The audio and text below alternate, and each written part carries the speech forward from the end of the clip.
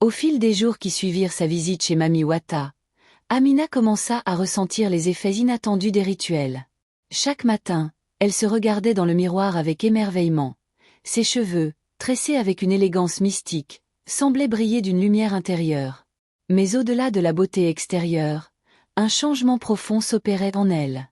Ses talents, autrefois endormis, s'éveillaient avec une intensité inédite. Amina avait désormais une aisance naturelle dans son travail, attirant l'attention et l'admiration de ses collègues. Cependant, cette ascension rapide suscita des murmures dans le village.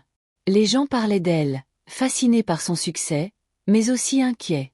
Les clients de Mami Wata, jadis joyeux et comblés, commençaient à disparaître mystérieusement. Des rumeurs circulaient sur des âmes emprisonnées, et la peur s'installait lentement dans le cœur des villageois. Un soir, alors qu'Amina sortait de son bureau, une ombre se dessina derrière elle. Elle se retourna brusquement, mais il n'y avait personne. Pourtant, un frisson glacial parcourut son dos. Les cauchemars qui la hantaient depuis sa visite chez Mami Wata devenaient de plus en plus réels. Elle voyait des silhouettes familières, des visages de clientes disparues, leurs yeux implorants cherchant une échappatoire. Amina, désormais rongée par le doute, décida de mener sa propre enquête. Elle découvrit des histoires anciennes sur les pratiques de Mami Wata et sur la manière dont les cheveux pouvaient être utilisés pour capturer des âmes. Le pouvoir qui l'avait propulsée était également la source d'un grand danger. La beauté, comme un miroir, avait un revers sombre, et Amina comprit qu'elle devait affronter la réalité de ses choix avant qu'il ne soit trop tard. Une nuit, alors que le village était enveloppé dans un silence troublant, Amina fut réveillée par un bruit sourd, comme un souffle lointain. Les murs de sa chambre vibraient sous une énergie palpable, et elle se sentit soudain happée par un désir irrésistible de découvrir la vérité. Se levant avec détermination, elle suivit le son mystérieux qui semblait l'appeler, l'entraînant vers le salon de Mami Wata. En entrant, une ombre dansante se projetait sur les murs, créant des formes grotesques. Mami Wata était là, entourée de bougies qui diffusaient une lumière vacillante, sa silhouette majestueuse contrastant avec l'obscurité ambiante. « Tu es enfin prête à comprendre, Amina » murmura-t-elle d'une voix envoûtante. Amina s'approcha, son cœur battant la chamade. La coiffeuse lui tendit un miroir ancien, orné de symboles mystiques. « Regarde, dit-elle, ce que tu as éveillé. » Lorsqu'Amina plongea son regard dans le miroir, des visions terrifiantes défilèrent devant elle. Des âmes tourmentées emprisonnées dans des mèches de cheveux, des cris silencieux, des pleurs étouffés. Les clientes disparues, des visages familiers, la fixaient avec des yeux suppliants.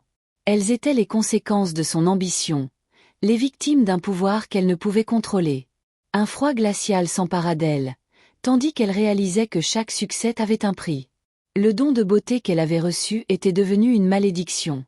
Mami Wata, avec un sourire énigmatique, lui expliqua que la magie des cheveux était un pacte. Pour chaque transformation, une âme devait être sacrifiée. Amina, horrifiée, comprit qu'elle devait faire un choix. Libérer les âmes ou conserver son succès. L'ombre du salon, autrefois accueillante, était devenue le reflet de son dilemme. Amina se tenait devant le miroir ancien, son reflet flou, comme si les âmes emprisonnées l'observaient. La révélation de Mami Wata pesait lourdement sur son cœur. Elle savait que pour se libérer de ce fardeau, elle devait agir. La nuit était tombée, et le salon, autrefois lumineux, était maintenant un repère d'ombre menaçante. Avec détermination, Amina prit la décision de briser le pacte. Elle se souvint des histoires que sa grand-mère lui racontait sur le pouvoir des cheveux et des rituels. Un chant ancien résonnait dans son esprit, une mélodie capable d'apaiser les esprits tourmentés. Amina se mit à chanter, sa voix se mêlant à l'écho des âmes, apportant chaleur et réconfort. Les ombres se rapprochaient, mais elle ne fléchit pas. Les bougies vacillèrent, projetant des lumières dansantes autour d'elle, et, à cet instant, les visages des clientes disparues apparurent. Elles lui souriaient, mais leurs yeux brillaient de désespoir. Amina savait qu'elle ne pouvait pas les sauver toutes, mais elle devait essayer. Elle se concentra, rassemblant son énergie et lançant un sort de libération, une invocation pour chaque âme qu'elle avait involontairement piégée. Soudain, un souffle puissant envahit la pièce. Les âmes tourbillonnaient autour d'elle, criant de joie et de soulagement. Mami Wata, avec une expression d'étonnement mêlée de colère, tenta de l'arrêter, Mais Amina persistait. Les liens invisibles qui les unissaient se brisèrent, et les âmes s'envolèrent vers la lumière, libérées enfin. Lorsque le dernier visage disparut, Amina s'effondra au sol, épuisée mais sereine. Elle avait combattu pour la liberté des autres, et dans ce combat, elle avait trouvé la sienne. L'ombre du salon se dissipa lentement, laissant place à une lumière apaisante.